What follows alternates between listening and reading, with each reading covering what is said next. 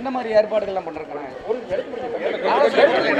எல்லா அதிகாரிகிட்டையும் பேசி ப்ராப்பரான செக்யூரிட்டி, ப்ராப்பரான ஃபெசிலிட்டிஸு, ப்ராப்பரான சீஸ்ஃபயரு இது எல்லாமே காஷியஸாக பார்த்து ஜனங்க கிட்டத்தட்ட ஒரு 25,000 பேர் கூடுற ஒரு இடம் 3 நாள் வேறு நாளில் நடக்க போகுது. ஸோ இதுக்கு எல்லாமே ப்ராப்பராக அரேஞ்ச்மெண்ட்ஸ் ஆர்கனைஸ்டாக பண்ணுற மாதிரி எல்லா டிபார்ட்மெண்ட்லேயும் சேர்ந்து பேசியிருக்கு.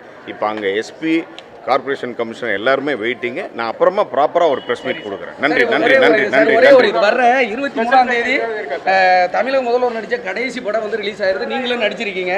இதுக்கப்புறம் திரைத்துறைக்கு போகிற ஒரு இதில் இல்லை 2 பேருமே. இது கடைசி படம் உங்கள் 2 பேருமே எப்படி பார்க்குறீங்க?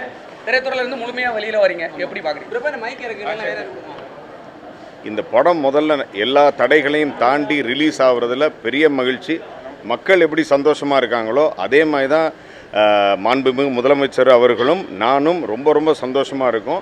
இது வந்து மக்களுக்கு ஒரு பெரிய ஒரு கொண்டாட்டமாக இருக்கும். உண்மையிலே ஒரு பிளாஸ்டாக இருக்கும். நன்றி நன்றி நன்றி.